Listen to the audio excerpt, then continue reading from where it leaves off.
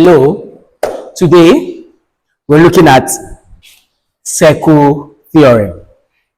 Circle Theorem. I think this is one of the topics in mathematics that some students have issues with. Let's start. In Circle Theorem, we're dealing with circles. Now, let's see. Let's look at what a circle is. We'll not be defining what a circle is, though, as we know, this is called the center of the circle. Any line that divides the circle into two unequal parts is called a chord. This is the chord. This is the chord. And the chord divides the circle into two unequal parts. This is called the major segment. Major segment. Okay? Now, any line that divides the circle into two equal parts is called a diameter. This is the what? This is the diameter. A line that divides the circle into two equal parts. And a line that runs from the center to the circumference is called the radius. This is the radius to the circle. Now, let's continue. You see this when two radii divides the circle or splits the circle in a way, you at an angle, this is called, at an angle, say angle theta, this is called the sector. This is called a sector. Sector to the circle. Sector. Having said all this, let's move to the second part of circle theorem. Let's look at these theorems. Thank you. Okay, let's look at our theorem 1. Our theorem 1 for circle geometry, circle theorem. Now, look at, we have a circle and we have a quadrilateral.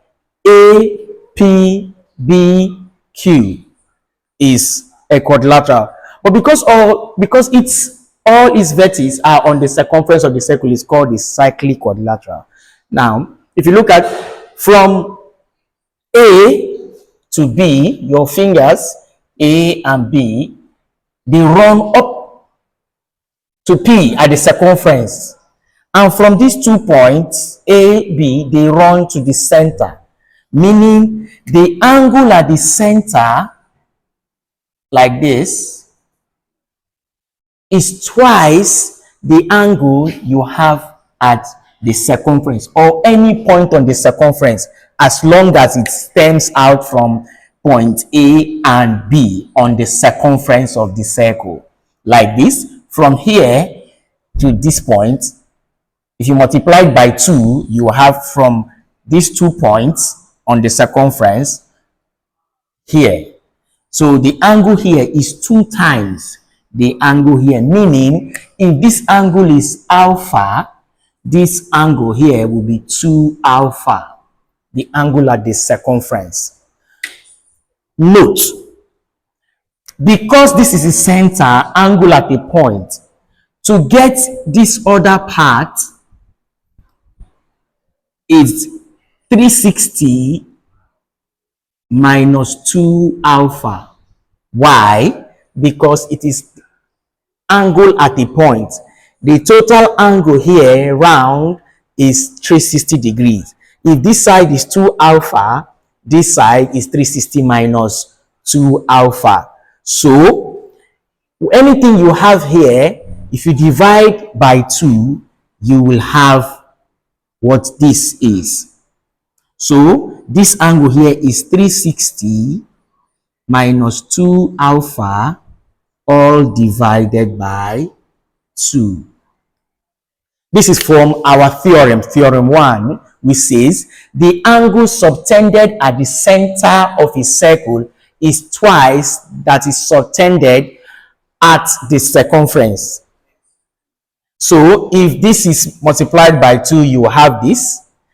And if you have this at the center divided by 2, you have this.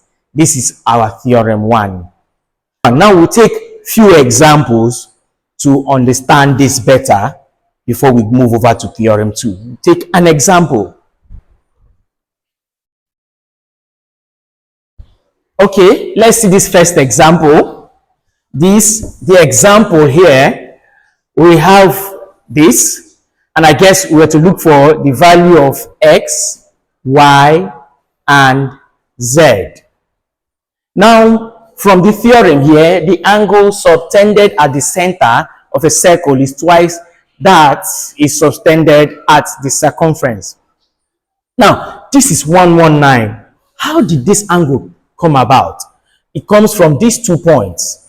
Let's make this one A, this B, this C. So from point A and B, we produced chords that met at P.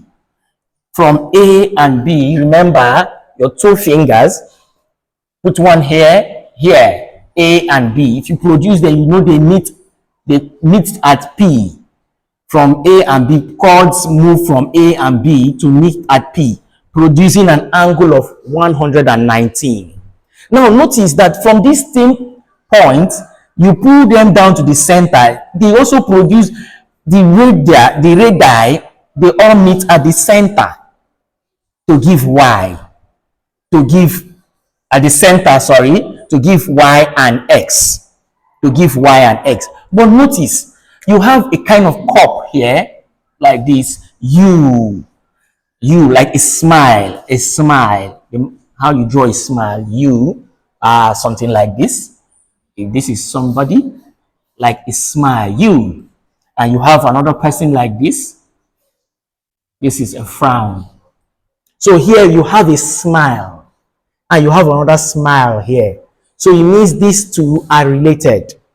So if you want to get the value of x, it will be x will be 2 times 119. So you have your answer to be 238 degrees. Why? The angle at center is twice the angle at the circumference. So we have 238. We have 238, the value of x. Now, how do we get the value of y? How do we get the value of y? Remember, I said it's angle at a point, meaning x plus y will give you 360. The total angle at the point is 360 degrees. So what I'll just do, I'll say x plus y equal to 360. So, and I know x is 238 plus y equal to 360. So I think this is so basic to get the value of y. So y will be 360 minus 238. And our answer becomes y will be, just a quick one, my calculator, y is 122 degrees. That's for y. Y is 122 degrees. Now let's see the value of z. Notice y is a frown, like this. This is a frown.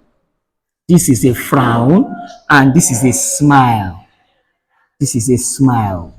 So, how do we get the value of z?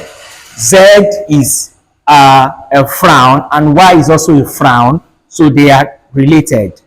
They are related. So it means that half of this, half of y will give you z. or 2 times of z will give you y. But since we have the value of y, we can say z equal to y divided by 2. So z is equal to 122 divided by 2. So z is equal to 61 degrees. This is about theorem 1, 61 degree. 61 degree. Okay, we move over to theorem 2. Our theorem 2 says angles in the same segment are equal. In the same segment are equal. Some persons will ask this question: where are the segments? Now let's see. Let's see for A and B. What points produced A and B? Like I said, your 2 fingers, look at this, point P and Q. They both produced angle A and they both produced angle B. So angle A and B are equal, and the segment that produced them is this segment. I'm going to use dotted lines to show you this segment. On this segment, they produced, from this segment, they produced this. This is the major segment to P and Q, to call PQ, and this is the minor segment. These 2 angles are found in the major segment.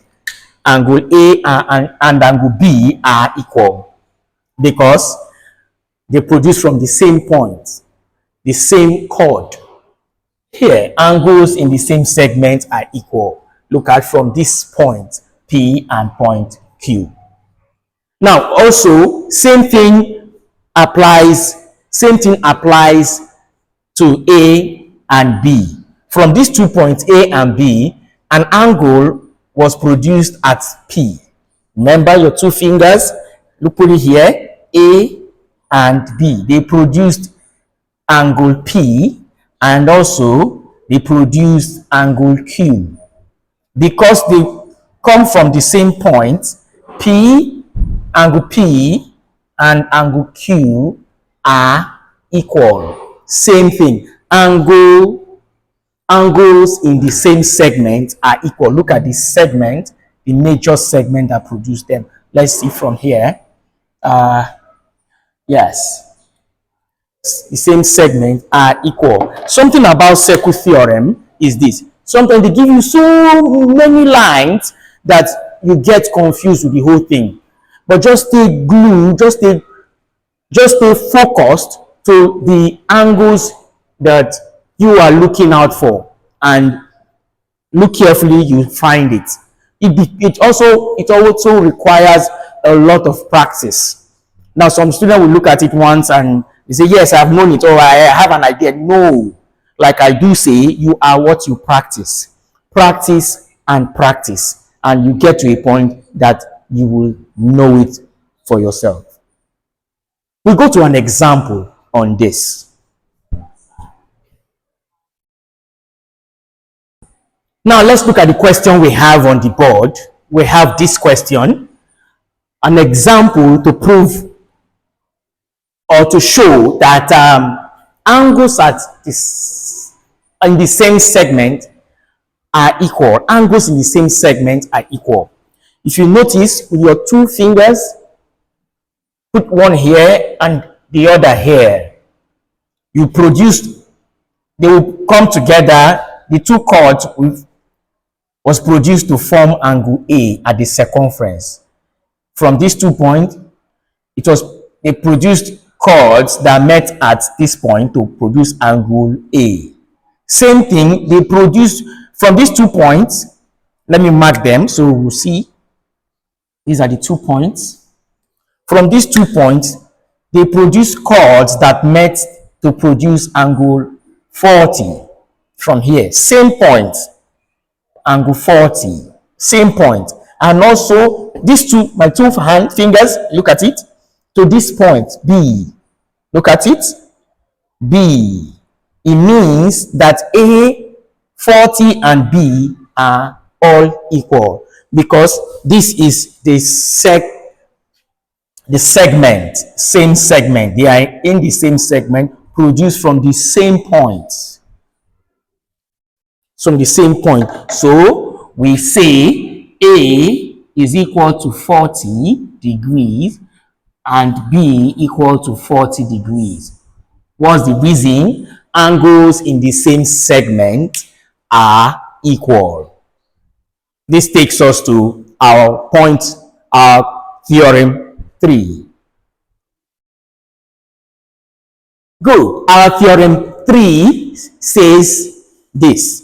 The angle in a semicircle is a right angle. From our diagram here, you'll notice AB is the diameter to this circle. A chord was produced from A and another chord was produced from B at the circumference of the circle. When this happens, it gives 90 degrees. That's theorem 3. It also shows that our theorem 1 is accurate, because if you notice this point here, the angle you have here is 180. Angle at center is twice angle at the circumference. So 180 divided by 2 is 90. It also validates our theorem 1. But we're taking this to be our theorem 3, that says the angle in a semicircle is a right angle. The semicircle is AXB. The longest side of this triangle produced is the hypotenuse. The hypotenuse is the diameter. When you have two chords that meet the diameter at the head and the tail, they produce a right angle anywhere on the circumference of this circle. Let's take one example and see how this law or this theorem applies.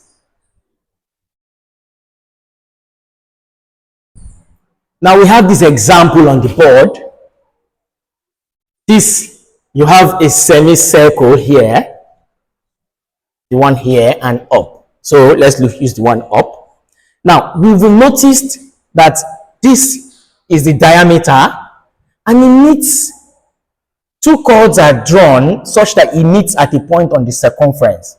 With our theorem, we know angle in a semicircle is a right angle. So here is a right angle. Here is a right angle. This point is a right angle. That helps us get the other point. Now you have this as 90, 58 and A. You want to find the value of A. Remember, the sum of angles in a triangle is 180. So we have 90, of course, which is this point, plus 58 plus A equal to 180. This gives us 148 plus A equal to 180. A equal to 180 minus 148. So A becomes 32 degrees. 32 degrees is the value of A. Remember, on the theorem, and the angle in a semicircle is a right angle. Also, we can say this is 180 degrees to validate our theorem 1, that angle at center is twice the angle at the circumference. Meaning, if you multiply this by, if you divide this by 2, you have this. If you multiply this by 2, you have this. We go to theorem 4.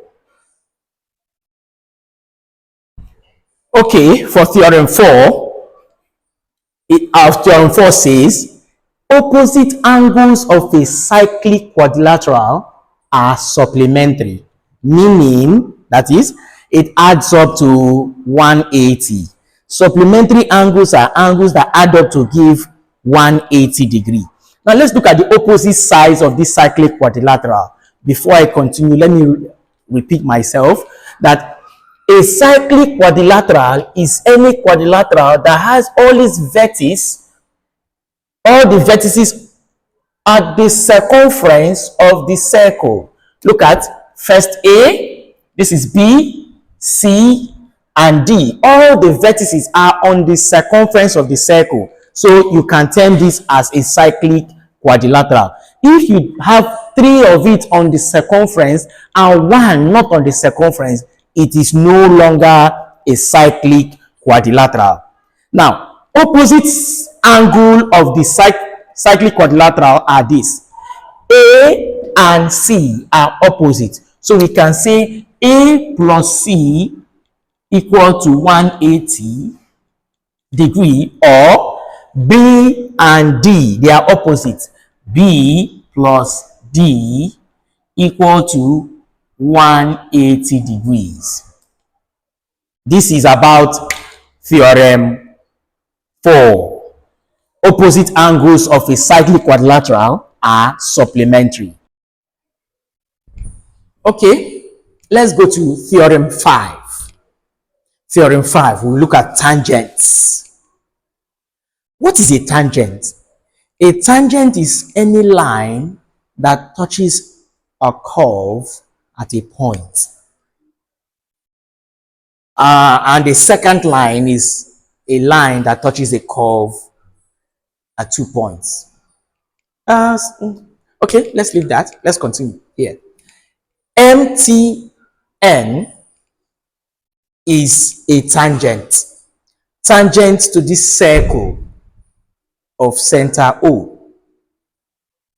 The theorem says, our theorem 5 says this: a tangent to a circle is perpendicular to the radius drawn to its point of contact.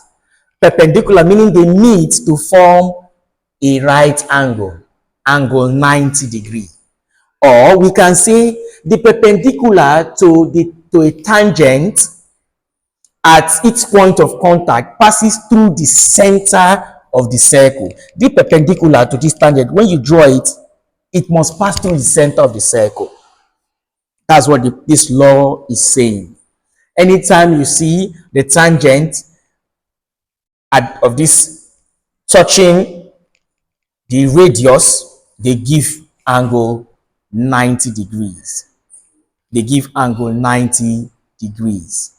Okay, let's see an example question to prove all this. To prove all this. Let's see this. Some persons like, wow, what are we now to do? Let's see it in our next example. Now let's look at this example question. This is 57 degrees. 57 degrees.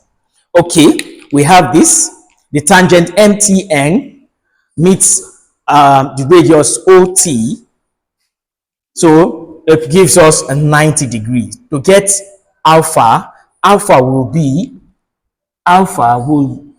have alpha plus 57 plus 90 degrees equal to 180, such that alpha plus 147 gives 180 degrees. Let's come somewhere here. So this gives alpha equal to 180 degrees minus 147. So alpha will be just a quick one. 180 minus 147. The answer is 33 degrees.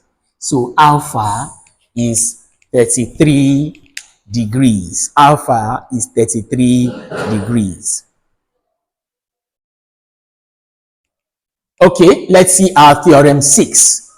Our theorem 6 says, this is a circle, center O. This is a tangent. AT is a tangent. It meets another tangent BT at point T.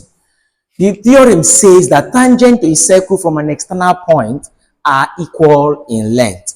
So AT is equal to BT. For both of them are tangent and they meet at an external point, showing that they are the same from the point, the contact point of that circle, where they touch the circumference to the point they meet are equal. That's why you have this. They are equal. This is our theorem 6. We'll go over to the last theorem for this class.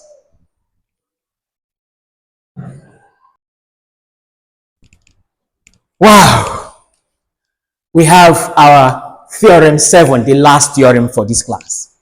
We have, if a straight line touches a circle from the point of contact, a chord is drawn. From this point of contact, a chord is drawn. The angle which the chord makes with the tangent are equal,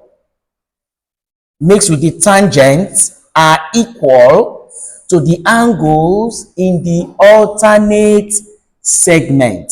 This is a segment. This side is the alternate one. So this angle alpha here is the same as this, because you have, this is a chord, this is the tangent, they met to give this angle. Any angle produced from the top and the bottom of this chord is the same as the angle produced here. Similarly, it happens here. Look at, this is the tangent, this is the chord. Any angle produced from the top and the bottom of this chord is the angle in this, that the tangent produced with the chord. The chord and the tangent will produce the same angle as the angle in this alternate segment. That's what the theorem is saying. This is the alternate theorem, alternate segment theorem. Alternate segment theorem. Now let's give an example question to understand this. Now let's look at this question. We are to find, from what we are told, we are to find the value of CAT. CAT. The angle is at the middle here. So the first thing we do is to get an angle that will be the same as that. So if CAT is produced by a chord and the tangent, it will be the same angle in the alternate segment, which is here. So invariably, we're looking for ABC, because ABC is equal to CAT. Now, let's look at this. How do we get it? So straightforward. We're going to add, you add this, the triangle, ABC is a triangle. We add them up, it should give us 180. So you have 55 plus 48 plus, let's make this one B, okay? Angle B is equal to 180. So this is 103 if you add it, plus B, angle B equal to 180. So angle B is equal to 180 minus 103. So B, angle B is equal to, if you add it up, you should have an 77 degrees. 77. Note, this was not drawn to scale. It was not drawn to scale. I think with this, come to the end of this topic. If you want more knowledge in mathematics, please just check below and give me a call for online classes. Thank you.